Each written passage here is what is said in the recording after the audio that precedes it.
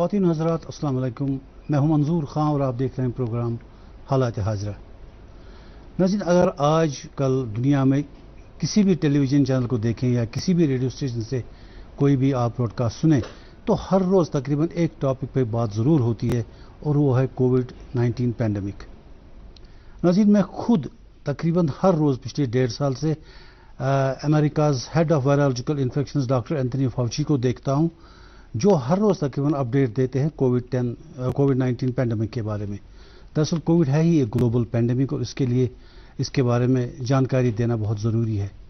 چنانچہ ہمارے news room کا جو یہ آلموسٹ ڈیلی پروگرام ہے حالات حاضرہ، اس میں بھی ہم کوشش کرتے ہیں کہ کووڈ-19 پینڈیمک سے متعلق آپ کو جانکاری دے دیں تاکہ آپ سب لوگ سلامت رہیں، ہمارے ناظرین سلامت رہیں۔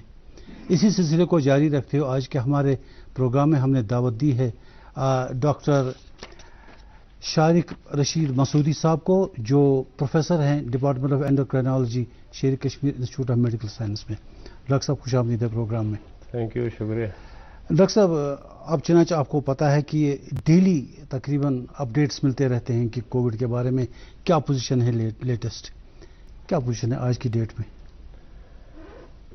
وہ تو آپ دیکھ ہی رہے ہیں کہ پینڈیمک جو سیکنڈ ویو تھی یہ ابھی کافی حد تک کنٹرول ہوئی ہے جی، لیکن اب بھی کیس آتے ہیں۔ لیکن ابھی جو پرابلم سامنے آ رہا ہے وہ ہے تھرڈ ویو کا۔ جی، کچھ کنٹریز میں آلریڈی چل رہا ہے اور یہاں بھی ایسا لگتا ہے کہ شاید تھرڈ ویو آ رہا ہے۔ ابھی پختہ یقین کے ساتھ نہیں کہتے ہیں، بٹ بہت سے ماہرین کا خیال ہے کہ سپٹمبر میں بہت چانس ہیں کو تھرڈ ویو آنے کا۔ نمبرز تو اوور آل بہت کم ہوئے ہیں، جی، بٹ ٹوٹل جو جتنی آبادی متاثر ہوئی ہے بہت ہے۔ لیکن اچھی بات یہ ہے کہ ابھی جو ہے کنٹرول میں ہے سچویشن۔ دراصل یہ تھرڈ ویو کی بات ہو رہی ہے کہ شاید آ جائے، خدا کرے کہ نہ آئے، لیکن جو پچھلے دنوں سے جو اخباری رپورٹس آتے ہیں، جو اخباروں میں نیوز آتی ہے، اس میں یہ کہا جاتا ہے کہ شاید پچھلے کچھ 10-15 دن سے کچھ انکریز لگ رہا ہے۔ یس، اس کی کیا وجہ ہو سکتی ہے؟ اس کی کبھی ویسے نمبر ویسے بھی بدلتے رہتے ہیں، بٹ اگر یہ سچ مچ یہ ٹرینڈ جیسے ابھی دکھ رہی ہے، جیسے آپ نے بتایا 2-3 ہفتے سے لگتا ہے بڑھ رہے ہیں اور ایسے بڑھ رہا ہے، تو اس کا ایک ہی ہے کہ ہم تھوڑا زیادہ ریلیکس ہو گئے، کمپلیسنٹ جس کو انگلش میں بولتے ہیں۔ جب لگتا ہے نا کہ اب شاید نہیں ہے تو ہم سب کمپلیسنٹ ہیں۔ دیکھیے اب پہلی بار ہم وداؤٹ ماسک بھی ہم ادھر ہیں، جی جی، ایز پر ریکمنڈیشن ہم چل رہے ہیں، لیکن اسی طرح ہر جگہ آپ دیکھیں کوئی ماسک لگاتا کووڈ SOPs پر عمل نہیں ہو رہا ہے۔ تو کیا کہنا چاہیں گے اب ایسے لوگوں کو جنہوں نے ماسک پہننا چھوڑ دیا یا ڈسٹینس مینٹین کرنا چھوڑ دیا یا جو کراؤڈس کریٹ کرنے لگے ہیں جگہ جگہ؟ یہ ہم ان کو کیا کہہ سکتے ہیں، یہ تو سب کو پتہ ہے کہ یہ پینڈیمک جو ہے اس میں ہمارا کوئی کیور نہیں ہے۔ سر، جب ڈاکٹر کہتا نہیں ہے ہے تو اثر تو رکھتی ہے نا بات۔ وہ تو ہم کہہ رہے ہیں، اس وقت بھی میں آپ سے کہا تھا کہ ماسک رکھیں گے، لیکن آپ نے کہا ہمارا پروٹوکول اس وقت یہ ہے کہ ہم اس میں ماسک نہیں رکھنا ہے، تو ہم ان کو یہی کہتے ہیں کہ ٹھیک ہے کم ہوا ہے، لیکن ماسک پہننا، سوشل ڈسٹینسنگ رکھنا، جو کووڈ اپروپریٹ پروٹوکول ہے وہ فالو کرنا بڑا ضروری ہے، کیونکہ وہ prevention is better than cure. ابھی جیسے اگر کچھ ہو گیا تو ہمارے پاس کوئی علاج نہیں اس کا، جو بھی ہے پریونٹیو میجرز ہی ہے۔ تو اس میں جب خدا نخواستہ کوئی انوالو ہوتا ہے، جو فیملی ہوتی ہے، تو وہ پھر وہی جانتی ہے کتنا برا حال ہو جاتا ہے۔ جی، حالانکہ میجورٹی تو پھر بھی ٹھیک ہو جاتے ہیں، لیکن ٹھیک ہوتے ہوتے بھی بہت سی پرابلم ہوتی ہے۔ جی، اور وہ ایک لانگ کووڈ آپ نے سنا ہی ہوگا کہ کچھ لوگوں کو کووڈ ٹھیک ہونے کے بعد بھی بہت ٹائم بہت سی سمٹمز رہتی ہے۔ اچھا، ان میں کسی کی ڈیتھ بھی ہو گئی، بہت سے لوگ آکسیجن پر بہت ٹائم چلے۔ جی، تو یہ صحیح ہے کہ ان کا امیون سسٹم جو رہتا ہے باقی بیماریوں کے سلسلے میں وہ کمزور پڑتا ہے؟ کوئی تو ہے، کیونکہ یہ تو سارا امیونٹی کا ہی مسئلہ ہے۔ کچھ تو ہے امیونٹی میں جو ان کو لانگ ٹائم تک یہ ان کا رہتا ہے، کیونکہ یہ سارا امیون سسٹم پر ہی ہے، immediate response, long term response. کبھی آٹو امیونٹی بھی ہو جاتی ہے کہ آپ